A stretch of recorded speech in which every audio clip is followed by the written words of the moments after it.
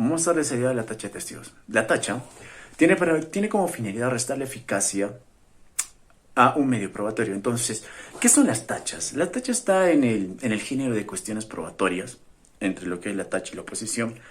Y la tacha en el 300 de testigos, propiamente en el 303. ¿Qué nos dice? Que puede hacerse, que puede presentarse tachas en aquellos artículos, bueno, aquellos supuestos que estén en los artículos en el 2, 29, 305 y 307. Pero vamos a ejemplificarlo. Tenemos 4 sujetos. Tenemos a María, tenemos a Juan, tenemos a Carlos y tenemos a Pilar. Entonces, María y Juan llevan 5 años de casados. Carlos es amigo íntimo de María y Juan y Pilar lo mismo. María y Juan, un día de ellos, Carlos le comenta a María que van a hacer un viaje a la playa, ya que está en época de verano, y propiamente para desestresarse. Entonces, ¿qué pasa? Entonces María le comunica a Juan, ¿sabes qué, amor mío? O bueno, no sé cómo sea entre esposos, pero ¿sabe qué, pareja? O Juan, voy a ir de paseo con Carlos y Pilar. Y como Juan, confiado en que conoce a Carlos y Pilar, que son amigos íntimos de ambos cónyuges, entonces le dice, anda, ve, disfruta, me gustaría acompañarte, pero creo que no lo voy, ya que ese tengo un trabajo y entre esas cosas. Muy bien, dice María, entonces se va con Carlos. Y en el viaje sucede que Carlos y Pilar, que también están conmigo, pero sucede que Carlos a María empieza a coquetearle. Y María, pues, recuerda ese amor de juventud que tenía con Carlos. Y pues se da un desliz. Sucede que María y Carlos un día están ebrios y ambos cometen el adulterio. Testigo presencial sería Pilar. Ella vio todo, vio ese acto y al ver ello, Pilar, al no aguantarse esa impotencia, va y le dice a Juan, Juan, ¿sabes qué? En el viaje que tuvimos con tu pareja y Carlos, ambos cometieron, hicieron el frutifantástico, el sin respeto, el delicioso, hicieron coito. Ya, entonces Carlos, Juan, en esa impotencia, va y pues presenta su demanda de divorcio sin esperar mucho tiempo. Entonces, ¿qué sucede? Sucede que una vez emplazado la demandada, que en ese caso sería María, se da cuenta de que el único testigo y el único sostén de esa demanda es Pilar, la testigo presencial, y que la que propiamente, y eso está en su demanda, especifica, la tiene como un medio probatorio, y entre otras cosas, pero la que se basa más y la que ha visto el acto es Pilar.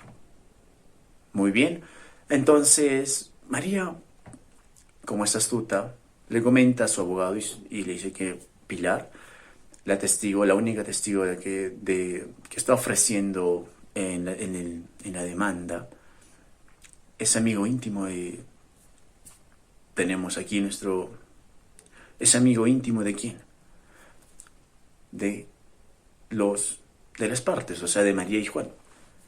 El abogado que recuerda la clase de derecho procesal, recuerda que se pueden presentar tachas.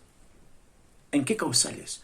Entonces revisa el artículo 303 del Código Civil y menciona que los supuestos incursos en los artículos 229, 305 y 307 del Código Procesal Civil están los específicos, y en el 307, en el inciso 1, menciona, parafraseando, que se podrá incurrir en tacha, o podrá presentarse la tacha, aquel que esté en el supuesto de que es amigo íntimo. ¿Qué Pilar lo es? Entonces, pero ahí surge la pregunta, ¿cuánto tiempo tiene para el abogado para presentar la tacha de testigo o de ese medio probatorio? ¿Cuánto tiempo? Seamos en el Código Procesal Civil y propiamente en el libro de Alberto Inostroza,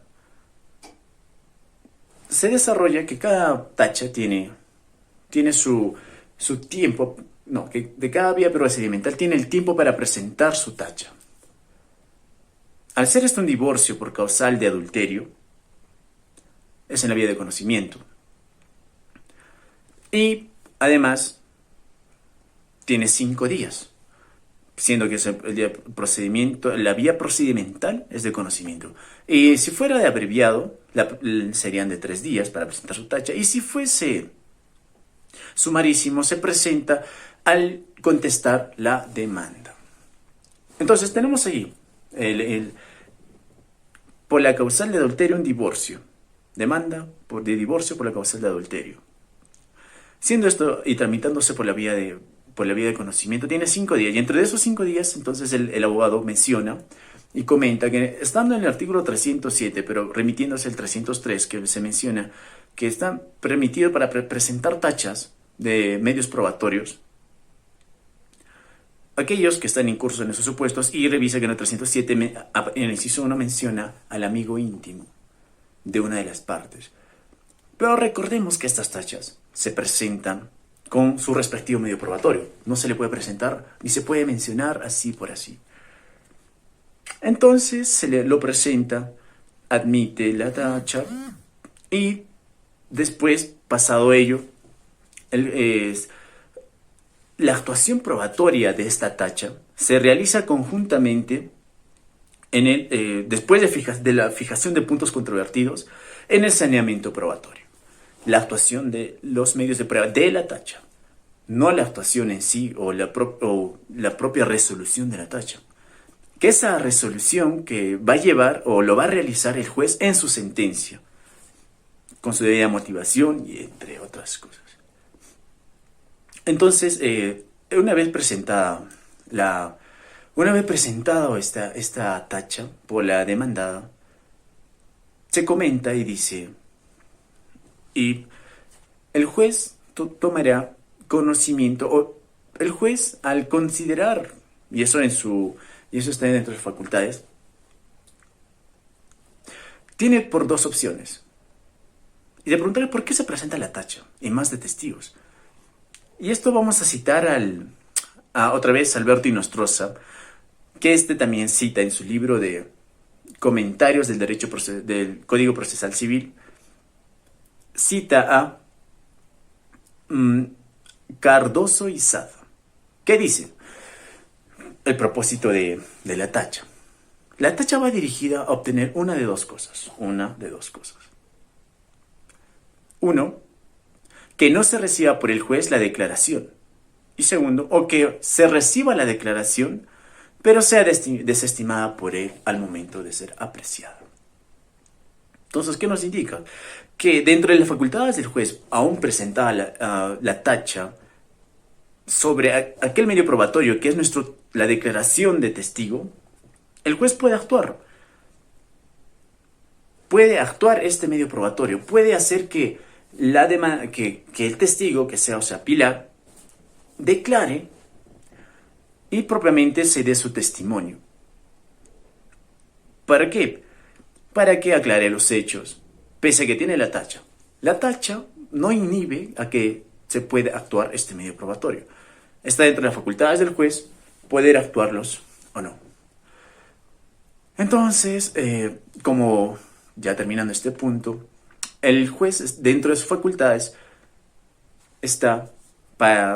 puede hacer actuar este medio probatorio o no, y una vez actuado ese medio probatorio, tomarlo en cuenta o no. Análisis del artículo 229. Como bien le mencionaba anteriormente, una de las causales para presentar una tacha son el artículo 229, 305 y 307. El artículo 229, ¿qué nos dice? Y esto citando. Se prohíbe que declare como testigo, inciso 1, el absolutamente incapaz, salvo lo dispuesto en el artículo 222. ¿Qué significa esto? Que está impedido declarar propiamente, y esto citándolo, los absolutamente incapaces. ¿Pero quiénes son los absolutamente incapaces? Surge la pregunta. Según la modificatoria en el 2019, sobre aquellos los discapaces, en el decreto legislativo 384, solo son absolutamente incapaces los menores de 18 años. Pero aquí hay su salvedad, su excepción, que sería, salvo lo dispuesto en el artículo 222. ¿Pero qué dice el artículo 222? Parafraseando, menciona que se están impedidos de realizar su declaración, o están todas las personas capaces están llamadas a brindar su declaración, salvo los que están dispuestos en ley. ¿Y quiénes no están dispuestos en ley? Con la nueva modificatoria del 384, del decreto legislativo 384, los únicos que son incapaces son los menores de 18 años. Pero esa salvedad, ¿qué nos da? El artículo 43. O parafraseando los artículos, nos da que las personas discapacitadas están permitidas para declarar, los sordomudos y entre otros. Pero también aquellas personas o menores de edad de 16 años que contrayeron nupcias o 14 años que contrayeron nupcias o participaron en la reconocimiento de un hijo. Entonces, esas personas están permitidas para llamarlos y declarar. Eso es con el inciso 1. Pasemos al inciso 2. ¿Qué dice? El que ha sido condenado por algún delito que a criterio del juez le afecte su idoneidad. ¿Qué significa esto? Que no todos los delitos, o no todo condenado por un delito, está impedido de declarar. Solo aquellos que el juez considere que por el grado del delito, y probablemente por el grado del proceso, por así decirlo, está impedido, o él considera que va a afectar a la idoneidad de este testigo. Caso ejemplo, sería un sujeto condenado por difamación, por aquellos delitos que van en contra del honor. Obviamente que una persona que ha sido condenada por difamación o calumnia no va a ser llamada para que declare, siendo ese precedente que tiene. Entonces, tener en cuenta que no todos los condenados por algún delito están impedidos de ir o están prohibidos de declarar. Solo aquellos que el juez considere que afecta su idoneidad. Pasamos al inciso 3. El pariente dentro del cuarto grado de consanguinidad o tercero de afinidad, el cónyuge o concubino, salvo en asuntos de derecho de familia o que lo proponga la parte contraria. Creo que las primeras oraciones está de más decirlo. Y aparte que esto va en relación con el artículo 165 del Código Procesal Penal, que no pueden llamar a sus cónyuges, a sus amigos o a sus parientes hasta el cuarto grado de consanguinidad y hasta el segundo de afinidad, por el simplemente hecho de que esto puede afectar la veracidad de los hechos presentados. Y por ende están prohibidos, salvo lo que es indispuesto por el derecho de familia.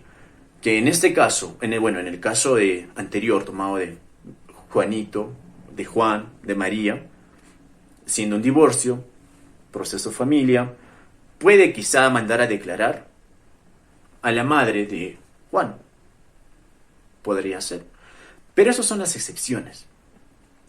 Ahora, ¿qué pasa con en el lado que menciona cuando sea presentada por la parte contraria o cuando lo proponga la parte contraria? ¿Qué es lo que sucede? Esto, así decirlo, es un arma de doble filo. ¿Por qué? Te preguntarás. Tomemos el caso de María y Juan. María y Juan se está siguiendo un proceso de divorcio. ¿Y qué sucede? Que Juan podría llamar a la mamá de María, ojo, a su suegra, para que declare sobre si ella conocía o es que quizá internamente, ya fuera del proceso, Juan y la mamá de María conversaron y le dijo María, pues sí, efectivamente, mi hija varias veces salía con Carlos y pues a veces no regresaba a la casa. Y propiamente a veces se perdía noches y a veces seguía. Y es más, sospecho, y no solo sospecho, estoy segura de que María tiene una relación con Carlos. Puesto que una vez vi su celular y encontré mensajes cariñosos, o que a veces él la llama cuando va a visitarla, entre esas cosas. Entonces, Juan podría llamar a la madre a que declare, confiado de que ella va a hacer lo que, o va a declarar lo mismo que le está contando. No obstante, ¿qué pasaría si la madre de María, en el momento de declarar, dice todo lo contrario? Entonces, siendo eso, es un arma de doble filo. Porque uno confiando, yo presentando, siendo la parte demandada contraria, presento a la familia de la demandada, yo siendo demandante, presento a la madre de la demandada, me convierto o estoy en el riesgo de que ella pueda declarar todo lo contrario o todo a favor de la señora, de la señorita o la señora María. Esa es el arma de doble filo. Sigamos. El que tenga interés, directo o indirecto, en el resultado del proceso, es el inciso 4 del 229 del Código Procesal Civil. Ahora supongamos, en el mismo caso, Pilar es la testigo única y directa del hecho.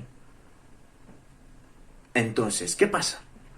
Supongamos que Pilar se ha inventado todo. O no solo eso. Supongamos que Pilar está enamorada de Juan. Completamente enamorada de esas chiquillas, bueno, ¿qué digo chiquillas? De esos amores en tiempo de cólera que le tuvo Florentino Ariza a Fermina Daza. De esos amores que esperan a la muerte de su pareja, de su esposo, en ese caso sería de Urbino Ariza, para que recién declare su amor y así pueden estar. Imaginemos que esa es la situación. Tenemos a Pilar enamorada completamente de Juan. Y ella sabiendo que un divorcio lo separaría completamente, y más si es de adulterio, con ese amigo íntimo, ella es astuta y piensa, ocasiona el divorcio, yo me quedo con Juan y ella pues se queda con Carlos, o no sé. Me importa mi felicidad, mujer. ¿Pasaría qué? Pero tú sabes que María también es astuta. Y esto retrocediendo en las tachas. María recuerda que Pilar estaba completamente enamorada de Juan. Entonces también presenta la tacha por esa causal. Entonces, ¿qué podría decir? Señor juez, esto, en su escrito, la señorita María, la señorita Pilar, está completamente enamorada de Juan por esto, por los mensajes que envía o por los mensajes que enviaba, por las confesiones que hizo, probando idóneamente que ella tiene un interés. Además de que eso llegue al divorcio y con el divorcio ella pueda hacer una relación con Juan, Pilar. Entonces, ella al tener ese interés está prohibida de declarar. Atacando ese punto, el proceso caería a favor de la demandada. Vayamos con el inciso 5. ¿Qué dice? El juez y auxiliar de justicia y el proceso que conducen el proceso o que conocen el proceso están impedidos de declarar. Esto va con el principio de que el juez solo debe conocer los hechos y debe hacerse de ellos o conocer aquello solo por la vía procedimental, mas no en la vía privada. Es más, debería abstenerse de haber conocido eso anteriormente. Esos son las causales del artículo 229 del Código Procesal Penal, Civil, disculpa. Y bueno, pasamos ahora a los incisos de las causales del Código Civil, pero recordemos que tenemos los artículos 305 y 307. Y esto con el 303, relacionado con el 303 del Código Procesal Civil. ¿Qué dicen ellos? Ellos mencionan a los incisos 305 y 306 como causales para presentar tachas. Pero se preguntan, dicen, pero John, los artículos 305 y 307 están refiriendo a lo que son el juez, más no a los testigos. ¿Cómo hago yo para relacionarlos? Pues simple, y esto con el afán de ser criticado, pero en vez de juez pones testigo, y nada más.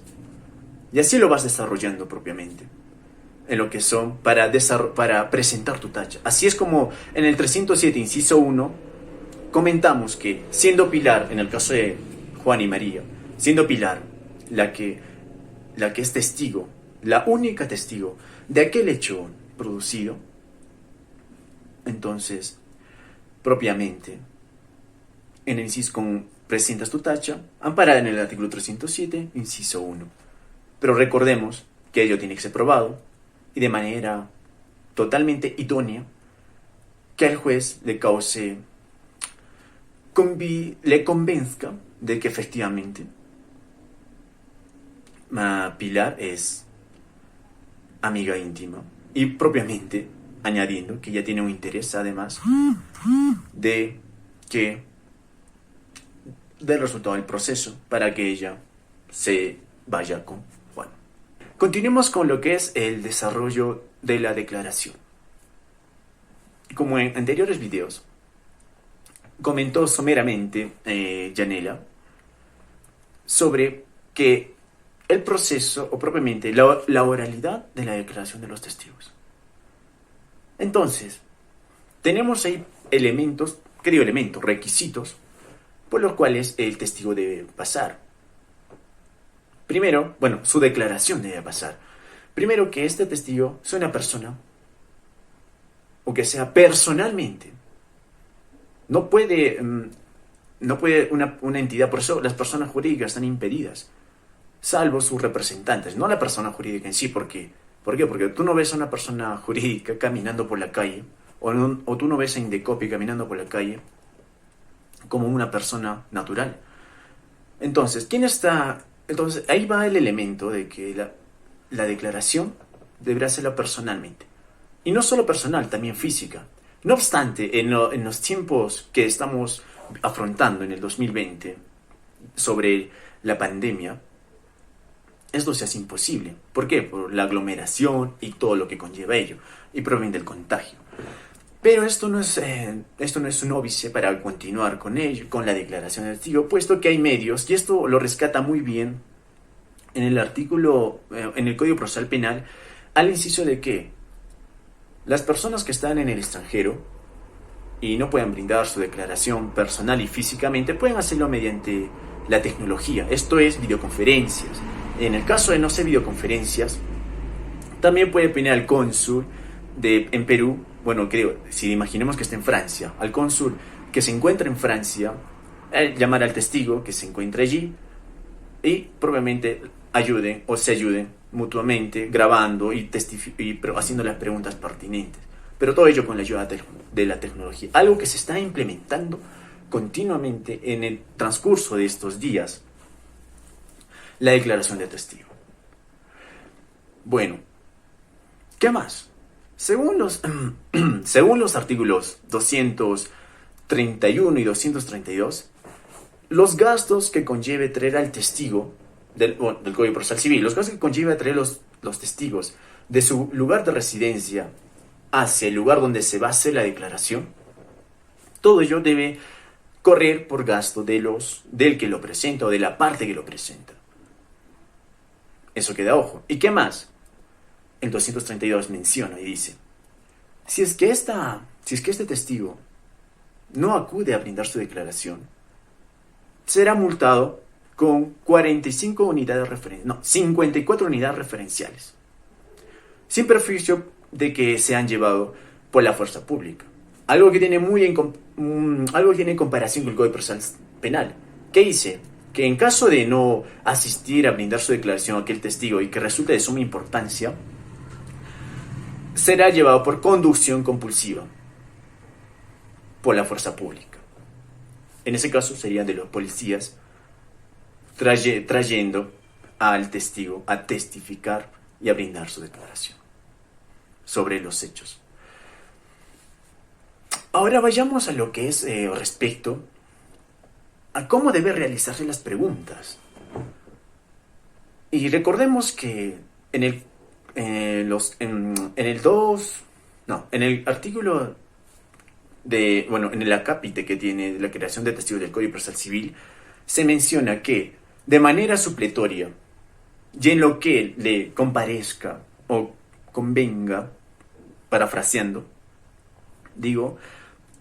utilizan las reglas de declaración de parte. Entonces, esto nos lleva a que el tipo de preguntas y el tipo de respuestas, que eso lo desarrolla en la declaración de parte en el Código Procesal Civil, en ese acápite, deberán aplicarse supletoriamente a lo que es la declaración del testigo. Y esto nos lleva a decirnos, a especificar que las preguntas deben ser no lesivas al honor, pertinentes a los hechos. Caso ejemplo sería, o de no hacerlo, lo declara improcedente al juez. Caso ejemplo sería este. En la actuación probatoria del testigo, actuando el testigo, declarando ya la señorita Pilar, el abogado de María le dice. ¿Por qué? Porque recordemos que los que están permitidos, y esto es como una facultad, más que facultad es como un derecho de las partes, hacer preguntas y contrapreguntas al testigo. Esto es especificado en el artículo 227 del Código Procesal Civil. ¿Qué dice? María, que diga, señorita Pilar, el abogado de María, señorita Pilar, le dice, ¿es cierto que usted es homosexual? Entonces, esa pregunta no tiene nada que ver con los hechos, no es pertinente. Y por ende, al no ser pertinente, además de eso, es lesiva contra el honor. ¿Qué caso tiene saber si Pilar es homosexual, si tiene tendencias o si asiste a congregaciones del LGTB? O si tiene esas tendencias sexuales. No tiene ninguna relevancia en el proceso y propiamente en fijar o aclarar aquellos hechos controvertidos que permitan el transcurso y por ende la resolución del proceso y del conflicto. No tiene ninguna. Entonces el juez, en su potestad, podría declarar improcedente esa pregunta y descartarla. Ahora, ¿cómo son las respuestas? Como hemos dicho, y esto va con la declaración de parte, las respuestas tienen que ser coherentes, claras y concretas.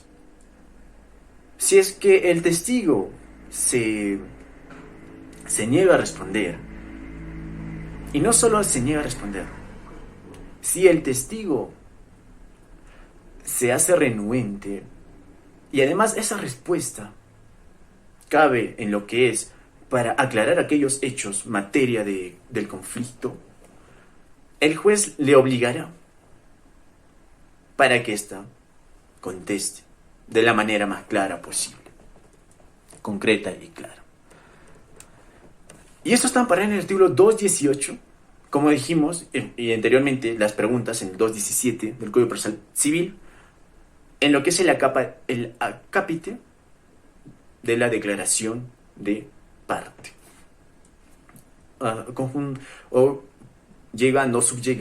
Sublegándolo a lo que es la declaración de testigos.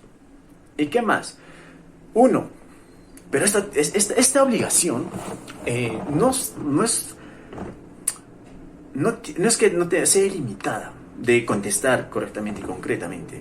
Imaginemos que el testigo se le obliga al testigo a declarar o inculpar a su cónyuge, a sus parientes segundo, no, hasta el cuarto grado de conseguidad y segundo de afinidad. Está prohibido obligarles a que ellos declaren sobre algún tema penal o inculparlos penalmente, incluso contra ellos mismos. Así que esa prohibición, por ende, esa prohibición hace esa excepción de que del derecho, como que digo derecho, de la formalidad de las respuestas en una declaración testimonial. ¿Qué más? Recordemos que, ahora hagamos el ejemplo de este. Una vez tú terminada la carrera, estás ejerciendo, el audio oyente, está ejerciendo, una vez que termina la carrera, se gradúa como abogado, y tiene su primer caso de similar. Es tan prohibida que tú testifiques si es que esto está protegido, porque esto está protegido por el secreto profesional. Ya no sea el abogado, también sea lo que es el médico, y entre otros. Protegido por el secreto profesional, también está prohibido. ¿Qué es prohibido? No se le puede obligar. Ahora vayamos con los supuestos. ¿Qué pasaría si mi testigo está fuera del país? Pues como lo mencioné anteriormente, esto se puede desarrollar o podemos desarrollarlo con ayuda de qué, de las conferencias, videoconferencias. Y más aún con la tecnología, que últimamente se está desarrollando más y más. Bueno, eso sería todo. Ahora, para continuar con ese tema tan importante como lo es la declaración de testigos en el proceso civil peruano, pues vamos a analizar su jurisprudencia también, que hay casos relevantes los cuales tratan este tema. Para ello comenzaremos con la casación número 1448-2015 de Lima. Esta tiene como materia la prescripción adquisitiva de dominio y pues se trata de una casación interpuesta por dos codemandantes, los cuales son José Jesús Reategui y la curadora procesal de la sucesión de la codemandante, Blanca Rosa Malaguín Herrera. Comencemos. Entonces, este proceso trata de interpone demanda de prescripción adquisitiva de dominio en contra de José Antonio Tábara Zuloaga y de Elsa Paredes Rite, Dora Luisa Tapia Tábara y la sucesión del señor Julio Belisario Ángeles Rabinas. Todo esto con la finalidad de que se declare a su favor pues la prescripción adquisitiva de dominio del inmueble constituido por el lote 18 de la Manzana Quinta de la lotización rústica Huertos del Urín de Pachacámac. En este caso se fundamenta la pretensión indicando pues, que poseen dicho predio interrumpidamente su adquisición y la cual fue realizada mediante contrato de compra-venta de febrero de 1976. En la cual celebraban contrato preparatorio de compraventa con José Antonio Tábara Zuloaga y Julio Ángeles Rabinas. Este no llegó a formalizar porque se incumplió con el pago conveniente. ¿Sí? Entonces, aquí lo que vemos es un tema de restricción de plazo adquisitivo, la cual se invoca la infracción normativa material del artículo 2122 del Código Civil, la cual se refiere a reglas de prescripción y caducidad iniciadas antes de la vigencia del Código. ¿Qué se refiere? Pues que este proceso se inició desde antes del Código vigente. Entonces, para ello se aplicaba esta regla, ¿sí? La cual menciona de que la prescripción iniciada antes de la vigencia de este Código se rige por las leyes anteriores. Empero, si desde que entra en vigencia transcurre el tiempo requerido en él para la prescripción, pues es un efecto, aunque por dicha ley se necesita un lapso menor. Esta misma regla se aplica a la cantidad. Entonces, los señalan que la fecha ya perdió su razón de ser por el transcurso de los más de 20 años que inició su vigencia, desde que inició su vigencia, ya que el plazo máximo para prescribir en el Código actual es de 10 años. ¿Sí? Ahora, también se refiere a la prescripción adquisitiva y además de ello, denuncia una infracción normativa procesal del inciso 3 del artículo 139 de la Constitución Política, ¿sí? La cual argumenta que la sentencia de primera instancia pues contenía una indebida motivación. ¿Esto por qué? Porque al no haberse resuelto todo, sobre todos los extremos en materia de demanda y las actuaciones de las audiencias, el juez incurrió en una indebida motivación. Ahora, por otra parte, también menciona que la sentencia de vista ha sido indebidamente motivada, ya que esta no se pronuncia sobre la actuación de los testigos que dan fe sobre la posesión continua, pacífica y pública de un propietario como propietario por más de 10 años. Y es aquí cuando nos importa para el tema que estamos mencionando acerca de la declaración de testigos, ¿sí?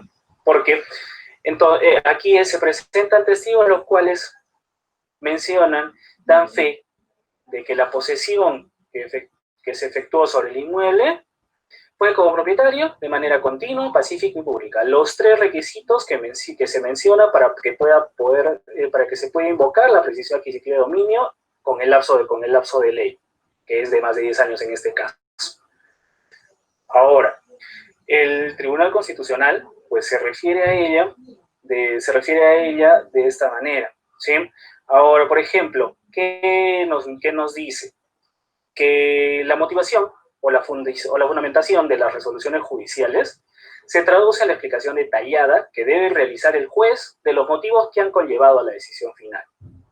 En esta fundamentación debe existir, evidentemente, una conexión lógica entre los hechos narrados por las partes, evidentemente el demandante y el demandado, y las pruebas aportadas por ellos.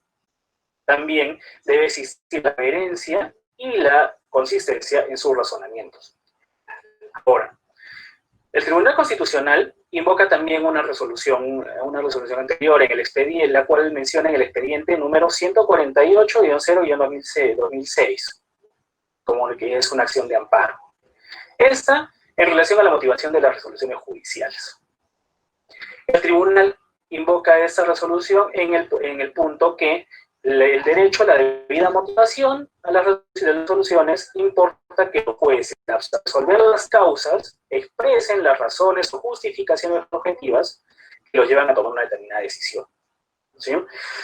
Ahora, estas razones no solo deben provenir del ordenamiento jurídico y el aplicable a este caso, sino también de los propios hechos, los cuales son debidamente acreditados en el trámite del proceso. Ahora, sin embargo, la tutela del derecho a la motivación de las resoluciones judiciales pues, ni puede servir de pretexto para someter un nuevo examen de cuestiones de fondo ya decididas por los jueces ordinarios. Esto es muy importante. ¿Por qué? Porque en este caso, el tribunal lo que determina es que la motivación de las resoluciones judiciales no requiere que el juez vuelva a evaluar los medios probatorios. Simplemente debe revisar que se hayan evaluado de una manera correcta, que no se haya incurrido en una infracción a esta motivación que se exige, ¿no? Ahora, el análisis en tal sentido, pues el análisis de una resolución judicial, de decir una determinada resolución judicial, ¿no? Ha violado o no el derecho a la debida motivación, debe realizarse a partir de los propios fundamentos. Estos los expuestos en la resolución cuestionada.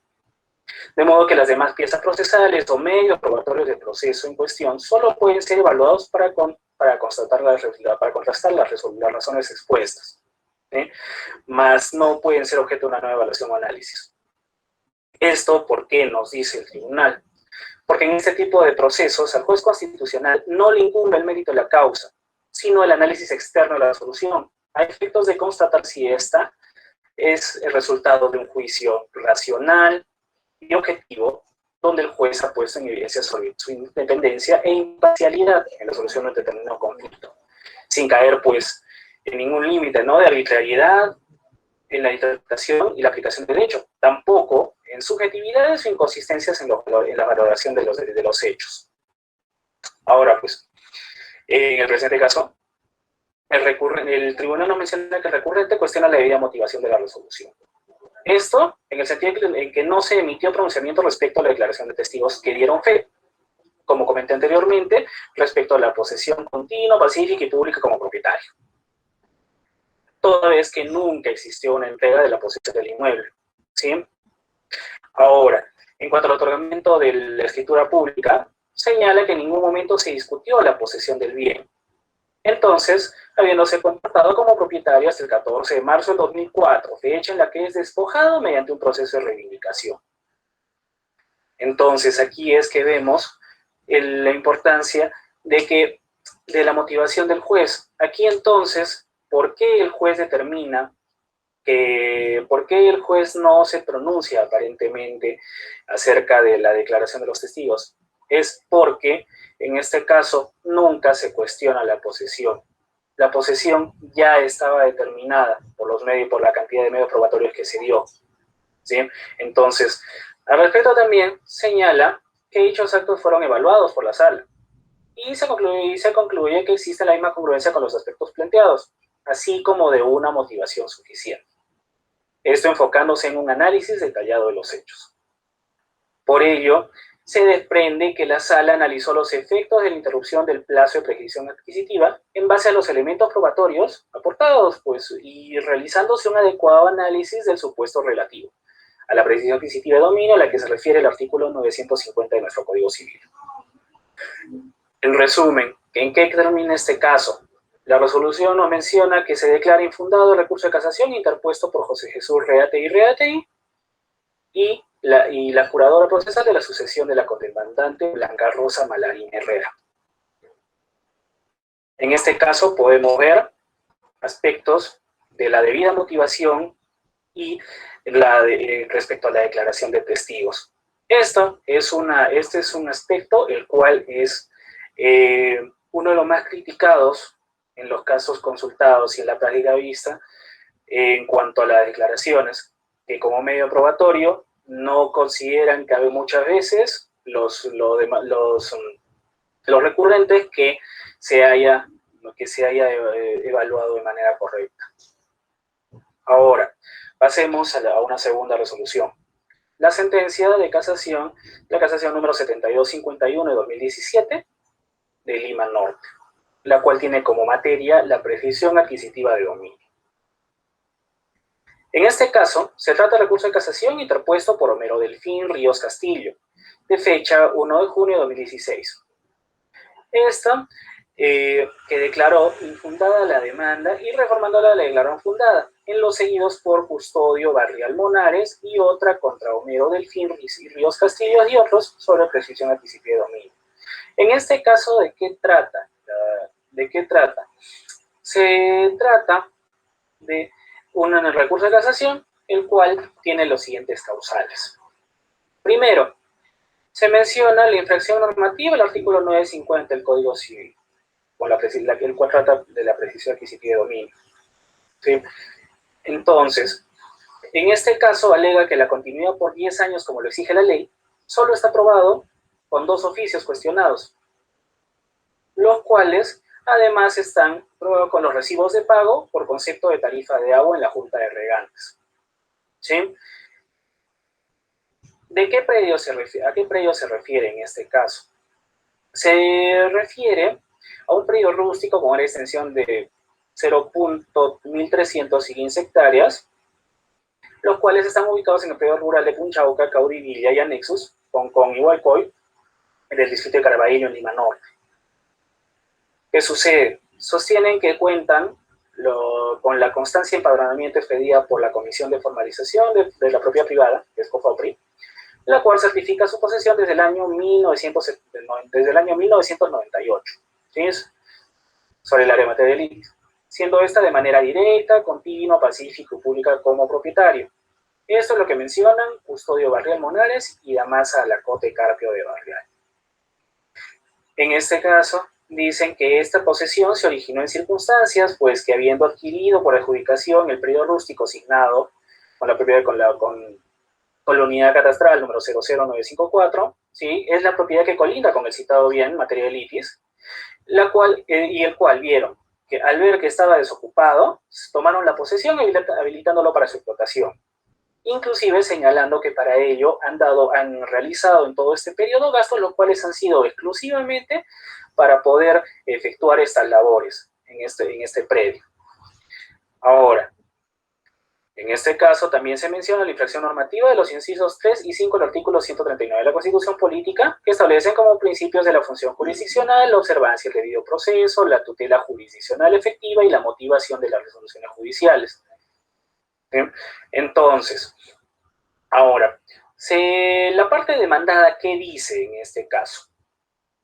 La parte demandada contesta solicitando que sea declarada infundada, puesto que los demandantes ingresaron al predio en agosto del año 2009, pero de una manera violenta, destruyendo plantaciones de plátano, entre otras cosas, como queda acreditado en la constatación policial. De esta manera no se configuraría, pues, la previsión adquisitiva, ya que, si es cierto, tienen la posesión del bien, pero sin embargo, no es de una manera pacífica. ¿Sí? Han irrumpido en este bien material litis. Ahora, se acusa también que las boletas que refieren los demandantes no acreditan que los insumos comprados sean de uso exclusivo de la parcela. Siendo así, no está aprobada la posesión del demandante sobre la unidad catastral desde el año de 1989 y la sola declaración de testigos es insuficiente para probar la posesión de dichos años. Entonces, en este caso, la alegación del demandante pues debe ser acogida porque el oficio de COFOPRI, que de fecha 29 de diciembre del año 2009, se encuentra empadronado como poseedor del bien sublitis. ¿Sí? Y se debe sumar el valor de la constancia, el oficio y los recibos de pago de uso, por pago de uso de agua para fines agrícolas en el bien sublitis, los cuales son otorgados al demandante. Los que señalan que reutiliza este servicio desde el año 1999, así como las declaraciones de sus testigos que en la audiencia de pruebas pues, señalan que él viene realizando actividades agrícolas en ese lugar, inclusive desde el año 1982, mucho antes. Entonces, el tribunal, ¿qué refiere acerca de este caso? El tribunal, en torno al derecho de prueba y su vinculación con el deber de motivación de las decisiones judiciales, señala, se refiere, cita a la sentencia número 1025-2012, la cual reitera lo afirmado en la sentencia 6712-2005 de proceso de habeas corpus en el sentido que literalmente el derecho a la prueba comprende el derecho a ofrecer medios probatorios que se consideren necesarios a que estos sean admitidos, adecuadamente actuados, que se asegure la producción o comprobación de la prueba a partir de la actuación anticipada de los medios probatorios y que estos sean valorados de manera adecuada y con la motivación, todo con el fin de darle el mérito probatorio que tenga en la sentencia. Ahora, la valoración de la prueba también debe estar debidamente motivada por escrito, con la finalidad de que el justiciable pueda comprobar si dicho mérito ha sido efectiva y adecuadamente realizado. Ahora también invoca la sentencia del TC, la cual es el número 4831 de 2005 en un proceso de habeas corpus, en la cual se subraya que el derecho a la prueba se deriva una doble exigencia para el juez. En primer lugar, la exigencia del juez de no omitir la valoración de aquellas pruebas que son aportadas por las partes al proceso dentro del marco de respeto a los derechos fundamentales. Ya lo estableció en las leyes pertinentes también. Y en un segundo lugar, la exigencia de que dichas pruebas sean valoradas motivadamente con criterios objetivos y razonables. Es de esta manera que se declara fundado el recurso de casación interpuesto por Homero Delfín Ríos Castillo y, en consecuencia, nula la sentencia de vista. Sí, ordenaron que la que emita un nuevo pronunciamiento al respecto.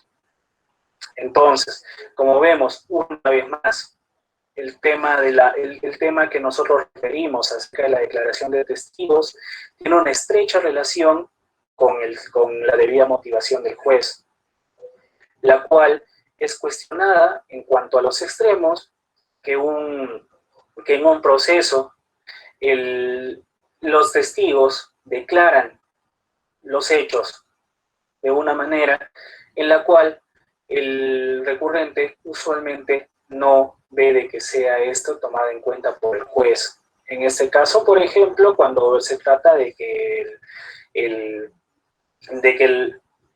los poseedores del bien hicieron uso del terreno durante todo el periodo de tiempo suficiente para poder proceder una precisión adquisitiva de dominio, ¿no?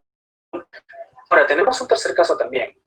Este es un tercer caso, el cual es la casación 4079 del 2017, la cual es de Huancavelica. Esta no trata de precisión adquisitiva, trata de nulidad de acto jurídico. ¿Y de qué trata? Trata de un recurso de casación impuesto por los demandados Francisco Arroyo Santos y Julia Muñoz Medina. Esto contra la sentencia vista que declara fundada en parte la demanda y en consecuencia anuló los actos jurídicos de anticipo de legítima y de donación de fecha, de 22 de mayo de 1982, así también como su inscripción, la cual declara fundada la pretensión reivindicatoria y declara improcedente la demanda reconvencional. En este caso, ¿qué se menciona? Se menciona que, si bien en el artículo 244 del Código Procesal Civil, el cual, bueno, erróneamente lo invoca porque es el 224, el cual regula la actuación de la declaración de testigos, esta se realiza de manera individual y por separado para evitar que sean oídos por los restantes. Esto lo vemos en la norma. Además, señala que el juez debe preguntar sobre su edad, nombre, de ocupación y domicilio, si es pariente por consanguinidad o afinidad de alguna de las partes y integrado. Además, si es dependiente laboral, acreedor o deudor de alguno de los litigantes. Esto, evidentemente, para poder evitar una declaración la cual sea anulada. Entonces, sin embargo, lo que requiere el tribunal es que debe dejarse claro que las preguntas que recogen primero de la norma no representan un número clausus, no representan una opción cerrada. ¿Por qué? Porque pueden integrarse con otras tendientes a demostrar pues, la idoneidad del testigo, tanto en los aspectos relacionados con las partes y también cuanto en aspectos objetivos relacionados con la capacidad de sus sentidos para poder percibir el hecho. Cosa que ya se habló de la idoneidad del testigo, ¿no? El cual debe ser una persona en la cual le genere la suficiente convicción al juez de que ha tenido una correcta apreciación de los hechos y de la manera más concisa y completa posible. Ahora también, en la realización de los actos judiciales, en este caso se aprecia, bueno, el tribunal aprecia, que de la continuación de la audiencia de conciliación, el cual es un acto en el cual se admitieron los medios probatorios de la parte procesales. En este caso destaca la prueba testimonial, ofrecida por la demandada, la misma que se llevó a cabo mediante la declaración testimonial de Margarita Medina Herrera, quien declara que la actora no es hija de Agustín Muñoz Blandeo, Isabel Medina Herrera, y que nunca posesionó el inmueble, su materia. Entonces, en este caso, poder cognoscitivo del juez queda circunscrito a la pretensión que persigue la nulidad del acto jurídico. Esto por la ley que interesa al orden público o a las buenas costumbres. Esto está regulado en el artículo 219, inciso 8 del Código Civil. Por ello, en este caso, el juzgador debe reunir todos los elementos de prueba que considere convenientemente para emitir su fallo, pues la certeza de resolución del caso no se obtiene con una valoración aislada y fragmentada, tomadas una por una, sino aprendiendo en su totalidad. Pues en este caso también el principio de unidad de la prueba que gobierna nuestra norma señala que la prueba se aprecia en su conjunto y se expresará en la sentencia solo la valoración de aquellas pruebas que fuesen esenciales y decisivas en la misma. En este caso lo que sucede es que a juicio de la Sala Suprema, la declaración de Margarita Medina no les ha causado el grado de convencimiento acerca de la existencia o inexistencia de los hechos discutidos en las listas. Y de tal manera, pues lo resuelto por las instancias de mérito se encuentra arreglada la ley del derecho, por cuanto han apreciado todas las pruebas admitidas y además actuadas en el proceso con una persuasión racional y razonada, calificando el valor de cada prueba. En este caso, simplemente resultándoles de manera insuficiente y explicando tanto en la sentencia instancia como la sentencia de vista el grado de convencimiento que ellas le han aportado a resolver la causa. Por lo tanto, en este caso, la denuncia procesal no puede prosperar. Ahora, el documento del cual se genera toda esta demanda es porque se acusa de que la partida de nacimiento, la cual es presentada, esta no es válida. Esta es una partida nula, la cual se pretende validar por la actuación del juez mediante resolución. No habiéndose pronunciado acerca de ello, se considera que que adquiere un valor probatorio. Y entonces, en este caso, lo que mencionan es que el documento en materia de nulidad contraviene las normas de orden público, como lo son en los artículos 723, 724 y siguientes, además de los artículos 140 y 219 del Código Civil, ya que ella es legítimamente propietaria del bien inmueble ubicado en la avenida 2 de Mayo, en el número 369 de Acobamba, del distrito y provincia de Acobamba. Esto es el departamento de Huancavelica. Este inmueble le fue transmitido en condición de única heredera de sus padres Agustín Muñoz Landeo e Isabel Medina Herrera. Bien, que su parte vino posesionando en forma pública, pacífica y constante por más de 13 años. Desde 1989, y pues en tal condición, con la fecha del 30 de marzo, otorgó la posesión de su bien a los demandados con un documento, el cual es un anticresis, el cual fue elaborado por el codemandado por el periodo de 2 años. Con fecha de vencimiento el 30 de marzo del año 2000 y por la suma de 2.000 soles. Pero se señala que los demandados, aprovechándose de la familiaridad existente, se negaron a recibir el dinero, para luego también apropiarse del bien inmueble de su propiedad. Sus ahijados y hoy demandados han fraguado sendos documentos de los que ahora solicitan la nulidad de insubsistencia. En este caso, que se concluye, el tribunal concluye que en la misma fecha existen 2 actos jurídicos con las mismas personas, los cuales son al respecto al mismo inmueble y cuyos testimonios de escritura pública indican el mismo número de instrumento y folios, lo cual no resulta razonable ni lógico que una parte actúe primero como anticipante. Es decir, que los beneficiarios son necesariamente herederos forzosos, calidad que no tiene la demandada. Y posteriormente en el mismo día se actúe como donante del espíritu de liberalidad a favor de terceros, el cual coincidentemente calza a favor de la demandada Julio Muñoz Medina. En este caso, por estas consideraciones, las cuales se menciona, se declara infundado el recurso de casación interpuesto por Francisco Arroyo Santos y Julia Muñoz Medina. Entonces, evidenciamos una vez más los efectos que tiene en la debida motivación de una resolución. Ahora, sucede lo siguiente. En este caso, en este tema que tratamos acerca de la declaración de testigos, como podemos apreciar, hay áreas las cuales son, por así decirlo, son áreas grises en cuanto a la apreciación, a la valoración de la prueba. Entonces, para ello, hace unos días, se ha publicado el 10º Pleno Casatorio Civil.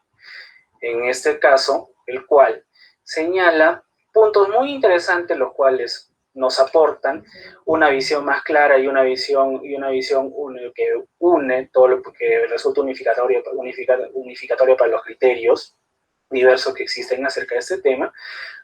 Y nos habla, por ejemplo, de lo que es la prueba, ¿no? En este caso, la prueba de oficio. Pero también tiene aspectos los cuales resultan útiles para la prueba en general, para el probatorio. Ahora, comencemos por esto. En el apartado 114 nos menciona la adquisición o la comunidad de la prueba. En este caso, ¿a qué se refiere? La adquisición de la prueba, la comunidad de la prueba tiene su origen en el principio de adquisición procesal, el cual hace referencia a la unidad en cuanto a la actividad procesal, estableciéndola como común a las partes. ¿Qué es lo que nos menciona este principio? Este principio, pues lo que resulta es que se va a reflejar de manera directa en la actividad probatoria. Esto en el sentido en que los múltiples elementos de prueba aportados por las partes no tienen como propósito su propio beneficio, es decir, la prueba que yo presento no necesariamente me va a servir solo a mí, como demandante o como demandada, sino que es el proceso mismo. Puede, en todo caso, resultar inclusive que toda prueba que ha sido simplemente propuesta pasa a formar parte ya del proceso, por lo que debería dejar de pertenecer a la esfera dispositiva de las partes y convertirse así en un elemento más de dicho proceso. ¿Cómo se manifiesta esto en el proceso? De esta manera es perfectamente posible, pues, que el procedimiento es que el convencimiento del juzgador acerca de las alegaciones de una de las partes se alcance mediante una prueba propuesta por la otra. ¿Sí? Bajo ese razonamiento, pues, el autor Ramírez Salinas también sostiene que las consecuencias de los actos probatorios desplegados por el demandante, pues, pueden ser bien utilizados por la demandada en sus diferentes actos de defensa. Por ejemplo, una parte ofrece un testigo, como en el caso como en el tema que nosotros proponemos. Y de su declaración pueden extraerse múltiples inferencias sobre los hechos afirmados por ambas partes, indistintamente de quién lo haya presentado al proceso. Es de esta manera que el testigo que se presenta a declarar no resulta tan solo para manifestar a favor o en contra de una parte, sino lo que manifiesta es su posición respecto a los hechos de la demanda, respecto a los hechos procesales, los cuales en este caso permiten que el juez pueda llegar a una claridad en cuanto a todo, no solamente a una de las partes. ¿Sí? Ahora también nos menciona el principio de mediación procesal.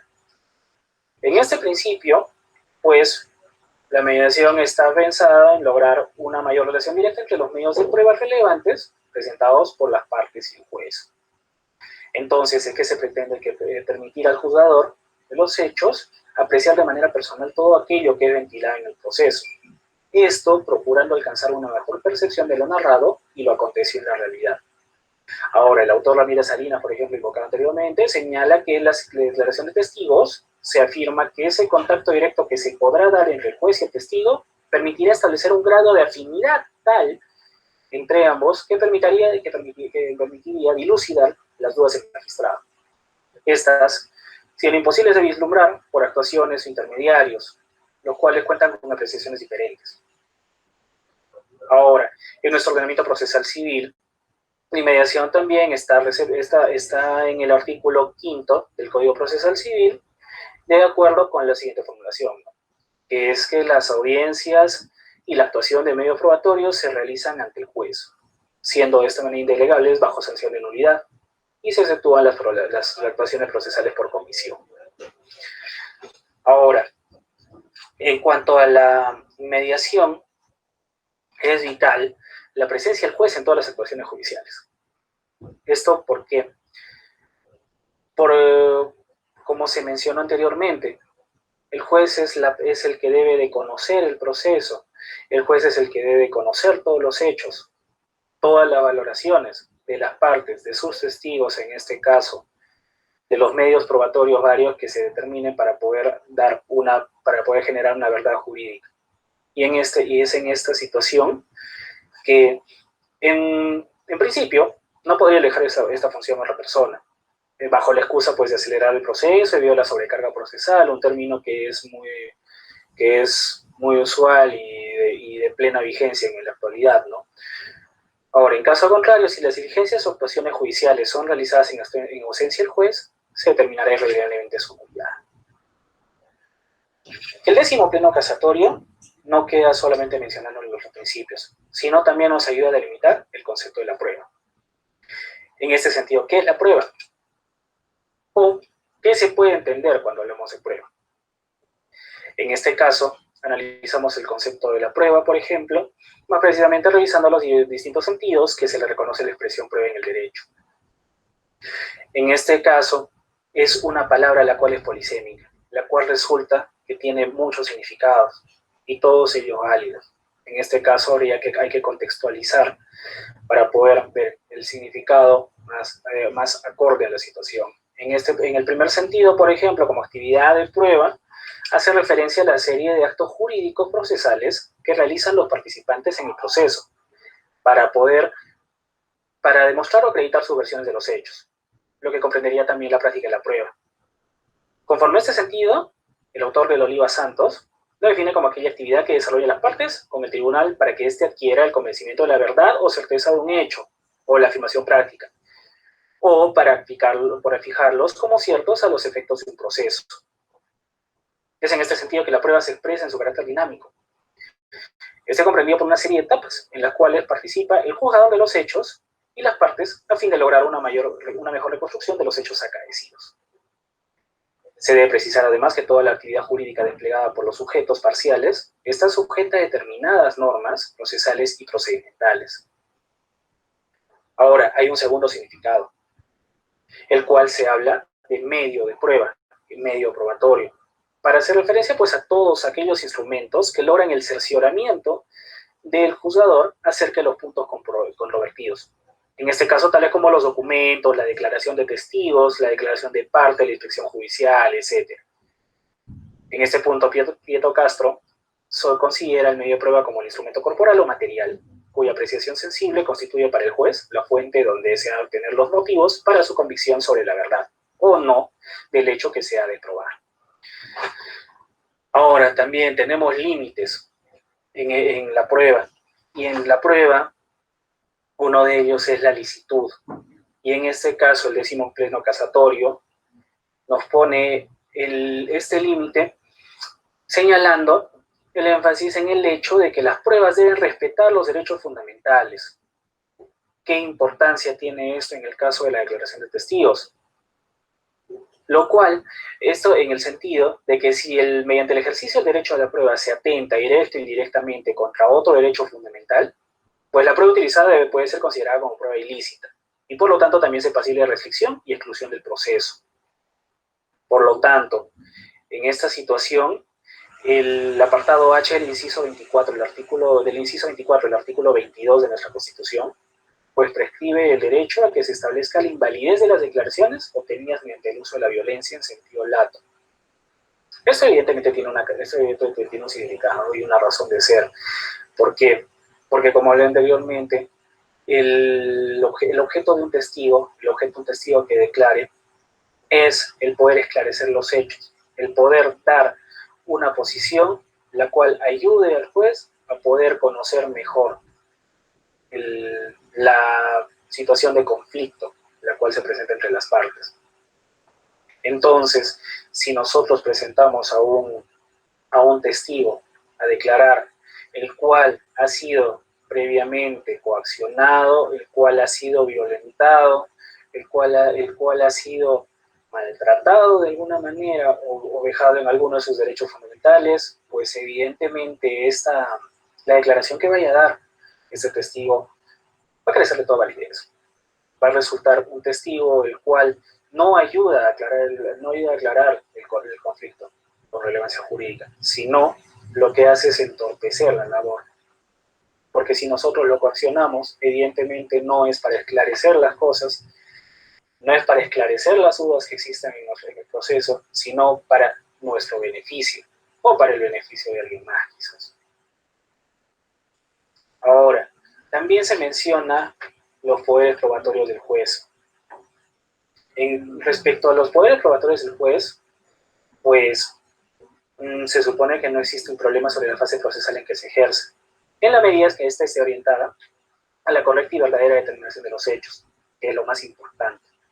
Siendo así, pues sería un poder probatorio aquel que utilizan los jueces para establecer la admisión o no de los medios de prueba en la fase de admisión probatoria. Por ejemplo, en nuestro proceso civil es el juez quien califica la admisión de pruebas en razón a su pertinencia. Los cuales están referidos a los hechos controvertidos en el proceso. Y esto, de ser el caso, lo declarará improcedente. Ahora, también una manifestación de los poderes probatorios en examen se observa al momento de la actuación o puesta en práctica de los medios de prueba, que es cuando el juez realiza preguntas a los testigos cuando son interrogados, o a las partes cuando dan su declaración. ¿Sí? También aquí se menciona la prueba de oficio en nuestro código, con la cual nos dice que el poder probatorio que tiene el juez para incorporar nuevos elementos probatorios no tiene pues como propósito reemplazar a las partes en su cargo probatorio. Evidentemente el interés ante todo es el de las partes para poder aclarar los hechos, para poder probar los hechos que ellos mencionan como una verdad, como una verdad jurídica. Y es por ello que el legislador lo establece como una facultad excepcional ante una situación en especial en el plano probatorio. En este caso, la insuficiencia probatoria. ¿Qué sucede? Hay casos en los cuales las partes presentan sus medios probatorios, los cuales no resultan no resultan suficientes para que el juez pueda aclarar el conflicto, pueda aclarar ese conflicto de intereses. No resulta suficiente, y entonces, ¿qué tiene que hacer el juez? Aplicar esta facultad excepcional para poder de esta manera incorporar nuevos elementos probatorios.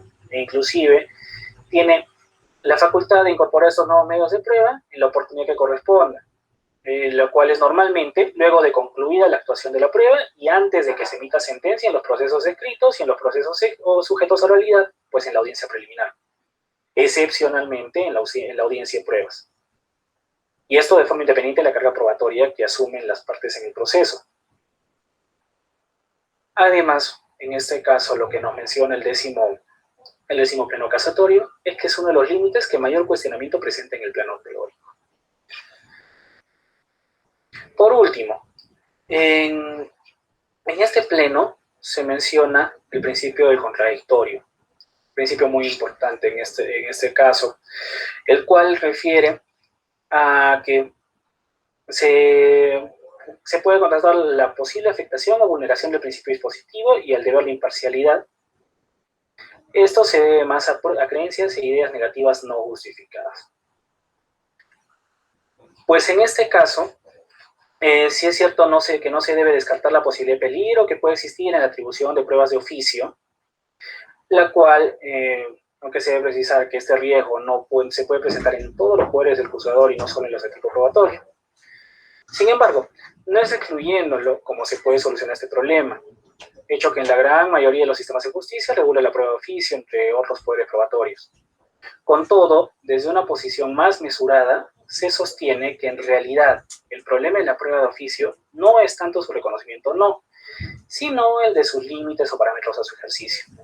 Y proponen, entre otros, el principio del contradictorio, el cual, siguiendo al autor Picot y Junoy, se propone como un límite, precisando que el juez, que se debe respetar en todo momento el proceso, incluyendo la actividad probatoria del juez. Ahora, en este caso, el contradictorio, al parecer, su propósito va más allá de ser un límite. Por lo tanto, se busca establecer como un mecanismo de control de la prueba de oficio, lo que significa que cumple principalmente una función, la cual sería de una correcta herramienta de control racional para un adecuado empleo de los poderes del juez sobre las pruebas en general y en particular sobre las pruebas de oficio. ¿Sí? Ahora, en sentido estricto, el contradictorio a menudo es entendido únicamente desde la perspectiva de la participación de las partes en el proceso, que en el escenario probatorio se proyecta, por ejemplo, en la práctica de la prueba y la declaración de testigos, los cuales son sometidos al cuestionamiento de las partes. Esto con la finalidad de ejercer cierto control al razonamiento probatorio del juez, el cual permita mejorar la valoración del contenido y la calidad de los medios de prueba. Esta tarea también, que se puede catalogar como una función epistémica, se logrará en la medida que las partes ejerzan adecuadamente el contradictorio en la práctica de las pruebas. Si no, de lo contrario, pues carecería el sentido del reconocimiento. Si éstas no lo ejercen, la actuación de las pruebas. Ahora, esto, a pesar de que ya se sabe, como ya se sabe, el contradictorio agota su función con la posibilidad que tienen las partes y no la efectiva participación. Esta aplicación representa el contradictorio desde una perspectiva lógico-formal centrada únicamente, especialmente en la participación de las partes y descomprometiendo al juez, como una suerte de acción y reacción a los argumentos y las pruebas también contrarios de las partes. Esta visión además es conocida como contradictorio en sentido de... Esto lo que hemos evaluado respecto al carácter jurisprudencial que tiene este medio probatorio como la declaración de los testigos, como es la declaración de testigos.